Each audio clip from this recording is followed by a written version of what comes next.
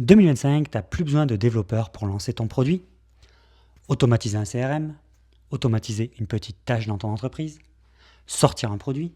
Tu peux tout faire en solo. C'est totalement possible et je te montre tout de suite comment faire. Allons sur mon écran pour voir comment j'ai fait. Alors, comment créer une app sans embaucher de dev en 2025 ? Pour cela, il y a plusieurs outils qu'il faut utiliser. On va toutes les lister. Tout d'abord, il y a la partie automatisée. Personnellement, j'utilise N8N, mais il n'y a pas que, il y a Make, il y a Zapier, ainsi de suite. Automatiser, ça sert à quoi? Par exemple, faire un petit agent, comme on voit sous les yeux, c'est un bot Telegram qui me permet de, en fonction d'une idée que j'ai, je lui balance directement à mon bot Telegram. Et lui, ce qu'il fait, c'est qu'il va faire quelques recherches Internet avec SERP et il va checker mes notes que j'ai déjà prises pour pouvoir me faire un petit résumé et commencer à me créer une petite page Notion avec une ébauche d'idées. Et ensuite me répondre par message en me disant voilà l'ébauche d'idées, il m'envoie le lien. Ou un autre bot Telegram qui tout simplement, en fonction de si j'ai des nouveaux utilisateurs qui rentrent par rapport à plusieurs formulaires qui sont à droite à gauche sur Internet, ben en fait ça m'envoie tout de suite un message dans Discord pour me dire attention, tu as un nouveau utilisateur et voilà. Ça m'aide en fait à faire tourner des choses en tâche de fond. On ne parle pas vraiment de faire tourner un back-end sur un 8N, même si c'est possible, mais là on parle vraiment de petites automatisations autour des tâches, ou par exemple faire automatiquement des campagnes de lead pour contacter des gens et ainsi de suite. Deuxième chose, c'est la gestion d'idées et les assistants généraux. Donc nous avons ChatGPT, bien évidemment, le plus connu, Gemini, Grok, Claude, DeepSeek. Prends-en juste un, prends celui qui t'intéresse le plus et discute avec lui. Pense qu'il est ton assistant et qu'il peut t'aider à exécuter différentes tâches, différentes choses. Imagine-le comme un assistant personnel qui sait tout faire. Il aide beaucoup et surtout pour gérer des idées. Tu as une petite idée, tu discutes avec lui pour voir un petit échange et voir ce qui est capable de t'aider, de te donner comme information. Personnellement, j'utilise beaucoup plus ChatGPT et Gemini que les autres, mais tous ils ont un intérêt. Prends celui que tu préfères. Une petite minute, j'espère que cette vidéo te plaît. Si c'est le cas, like, partage à quelqu'un que ça pourrait intéresser et abonne-toi. Et si tu as envie de passer à l'action et que tu ne sais pas par où commencer, tu trouveras en premier lien un lien pour pouvoir prendre rendez-vous avec moi pour un appel gratuit pour qu'on définisse ensemble ta stack à utiliser et les premières automatisations que tu peux mettre en place pour ton business. Donc n'hésite pas à cliquer sur le lien. Tout de suite, retour à mon écran. Ensuite, une fois que ton idée est sortie, tu peux prototyper. Pour prototyper, nous avons plusieurs outils. Nous avons Lovable, Bot, Bolt, Replit et j'en passe. Ces outils-là permettent de créer ce qu'on appelle des prototypes et créer des petites interfaces ou des petites idées que tu as. Tout simplement, tu discutes avec ChatGPT, il te sort un prompt parfait pour Lovable ou pour Bolt et ainsi de suite. Prenons l'exemple de cet outil que j'ai créé dans Lovable. En fait, je voulais juste voir si c'était possible de pouvoir récupérer automatiquement les images et descriptions et tout des sites. Donc en fait, je lui passe un site et ce qu'il va faire, c'est automatiquement me récupérer l'URL, le lien, la favicon que je peux copier, la description de l'outil et visiter le site.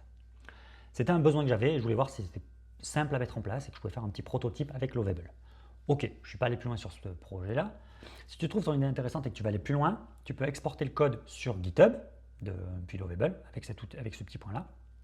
Et ensuite, aller le récupérer dans des vidéos de développement un peu plus poussées, qui sont par exemple Cursor et Windsurf, qui pour info viennent de se faire racheter par OpenAI, qui sont des environnements de développement beaucoup plus concrets que tu as sur ta machine et qui permettent d'aller beaucoup plus loin dans le développement que ce que sont capables de faire Lovable, Bolt et Replit, même si avec eux, il y a déjà très peu de limites. Mais si tu veux aller avoir beaucoup plus de contrôle dans ce que tu fais, n'hésite pas à utiliser ces deux-là. J'ai des vidéos sur ma chaîne qui parlent de vraiment comment utiliser Cursor, je vous les mettrai en haut. Et une fois que tu es OK de ton application, vu que ton code il est hébergé sur GitHub, tu peux le déployer automatiquement et simplement avec Vercel, Cloudflare ou Netlify. Et si tu n'as pas du tout utilisé Cursor et Windsurf et que tu es resté directement dans l'interface de Lovable, Bolt ou Replit, tous les trois ont l'option de pouvoir déployer automatiquement avec Publish. Et en fait, ça publie et automatiquement, ça ouvre une URL et on a un lien de partage pour pouvoir partager son application. Et pour pouvoir gérer tout ça et ne pas te perdre et bien avoir un backlog de ce que tu es en train de faire, tes idées, ainsi de suite, utilise des outils pour gérer les données, les projets et les CRM. Nous avons 3 qui existent. Il y en a beaucoup plus que ça. Prends celui que tu connais. Notion, ClickUp et Asana. Personnellement, j'utilise Notion. L'avantage de travailler comme ça, c'est que ça te donne une grande autonomie et rapidité sur tes projets. Tu n'as pas besoin d'embaucher un développeur, un designer et ainsi de suite. Tu peux directement commencer à avoir une idée et quasiment la mettre en prod dans la journée.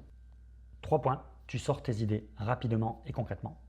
Tu dépenses moins dans le développement parce qu'il n'y a pas besoin d'embaucher un développeur et tu restes vraiment focus sur une chose qui n'est pas la technique, mais quel est le besoin que mon produit résout. Bref, tu avances vite et tu restes libre de tes choix. C'est ça le vrai bénéfice. Bien sûr, quelques compétences restent nécessaires pour pouvoir bien faire fonctionner tous ces outils. Maîtriser la logique de base, un if, un else, un for. Donc en fait, si je fais ça, alors il se passe ça. Tant que tu as cette information-là, tu continues à faire ça. C'est de la logique basique. Bien communiquer avec tous ces outils d'IA, Lovable, Bolt, ChatGPT, Gemini ou autres, ce qu'ils appellent le prompt engineering, c'est en fait apprendre à bien les utiliser, apprendre à quels prompts sortent des meilleurs résultats que d'autres. Mais ça, on apprend en faisant, test and learn. Et bien sûr, savoir précisément ce que tu veux créer, un cahier des charges simple et efficace. Tout Notion, Asana ou ClickUp pour pouvoir noter tes idées et vraiment les structurer. Et beaucoup de personnes bloquent sur ces 3 étapes, pourtant rien d'insurmontable. Et voilà, tu vois qu'en fait en 2025, avec tous les outils qui existent autour, des outils IA, mais pas que, on peut vraiment arriver à tout faire en solo. Like, partage, abonnement, ça fait toujours plaisir. Et si tu as envie de passer à l'action mais tu ne sais pas par où commencer, premier lien en description, tu auras accès à un appel gratuit avec moi où je vais t'aider à mettre en place les premières automatisations et la stack dont tu as besoin pour commencer à tout faire en solo. Et comme tu auras vu dans cette vidéo, oui, on peut lancer un business dans l'IT sans avoir besoin de développeurs. Tchuss tout le monde.